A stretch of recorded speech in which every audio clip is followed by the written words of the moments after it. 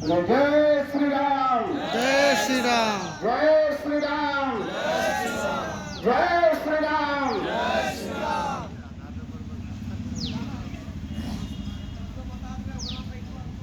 यहाँ पर उपस्थित भारतीय जनता पार्टी के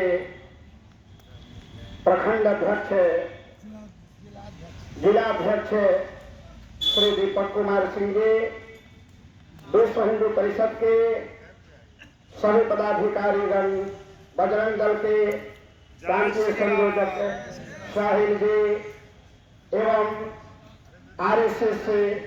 जो कार्यकारी सदस्यगण हैं, ये सभी जो भी यहाँ पर विराजमान हैं और आसपास में जहाँ पर भी आवाज जा रही है या प्रकृति में जो यह आवाज प्रसरित हो रही है, आज बांग्लादेश की स्थिति पर ही चिंता करने की आवश्यकता नहीं है, भारतवर्ष में भी हो रही घटनाओं पर भी चिंता करने की बहुत गहन आवश्यकता है। आप याद करें, बांग्लादेश में जो हिंसा हो रही है या पाकिस्तान में जो हिंसा हो रही है या अन्य मुस्लिम देशों में जो हिंदुओं के प्रति अत्याचार हो रहा है, ये ऐसे नहीं हो रहा है, एक सुनियोजित तरीके से हो रहा है। आज के लगभग 2500 वर्ष पूर्व, ईसा 550 वर्ष पूर्व जब हमारा भारतवर्ष सोने की चिड़िया कहलाता था, तो पूरे विश्व के लोगों की आंखें इस पर लगी और इस पर सबसे पहला आक्रमण किया साइरस ने और फिर उसके उपरांत में पेरियस ने, और उसने आक्रमण करके यहाँ से लूटा क्या, यहाँ से लूटा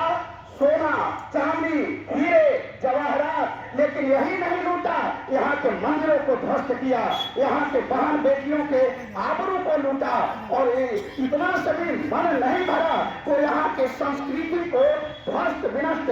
करना प्रारंभ किया। वह परंपरा एक लंबे काल तक चली, जो 550 ईसा पूर्व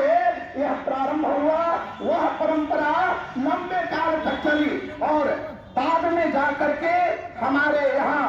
बाल गंगाधर तिलक, चंद्रशेखर आजाद, सुभाष चंद्र बोस जैसे महापुरुषों के कारण जब देश को आजादी मिली तो कुछ ऐसे लोग जो थे मुस्लिम परस्त, उन लोगों ने, कायरों ने मुस्लिम परस्त में मुस्लिम के बहन बेटियों के साथ में मौज मस्ती करने वालों ने नारा लगा दिया, हिंदू मुस्लिम सिख ईसाई आपस में है भाई भाई, हिंदू मुस्लिम सिख ईसाई आपस में सब भाई भाई हो ही नहीं सकते, हिंदू मुस्लिम सिख ईसाई उसमें मुस्लिम बड़ा कसाई, केवल यही नारा चल सकता है। बाद में उन्हीं कायरों ने नारा दे दिया कि हिंदू की भाई भाई, ये कहाँ का नारा है, क्यों दिया गया, और यह परंपरा आज तक चली, 2014 तक चली। 2014 में कुछ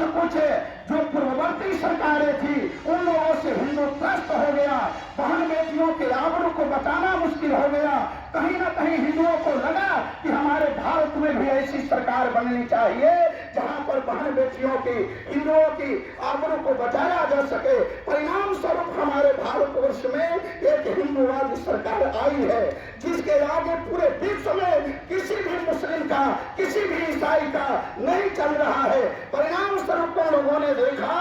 कि जब भारतवर्ष में हमारा नहीं चल रहा है तो विदेशों में जो भी हिंदू है अल्पसंख्यक के रूप में, चाहे जिस जाति का, चाहे जिस समाज का, उसको नष्ट भ्रष्ट करना प्रारंभ करो, मिटाना प्रारंभ करो। और ये इसी का परिणाम है कि बांग्लादेश में हिंदू मारे जा रहे हैं, काटे जा रहे हैं, भारत में भी संतों को बदनाम किया जा रहा है। जो भी हिंदू धर्मवादी नेता उठ रहा है उसको कुचलने का प्रयास किया जा रहा है, किसी के चरित्र के ऊपर लांछन लगा करके, तो किसी को जहर दे करके, किसी को गोली मार करके मारने का प्रयास किया जा रहा है। क्योंकि मुस्लिमों का एक ही नारा है, उनके जीवन में, उनके धर्म में, उनके संप्रदाय में हलाला, कलाला और जलाला चलता है। क्योंकि कलाला का तात्पर्य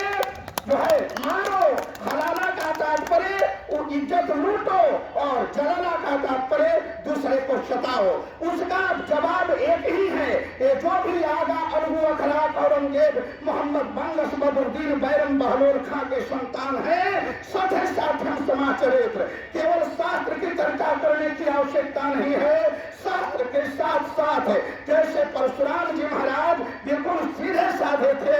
शास्त्र पढ़ते थे, लेकिन आवश्यकता पड़ी तो उन्होंने शास्त्र धारण किया और सबको नेस्तानाबूद कर दिया। भगवान श्री राम सहिष्णुता की नारा लगा करके चले, व्रत लेकर के चले, लेकिन जब विदेश से एक रावण ने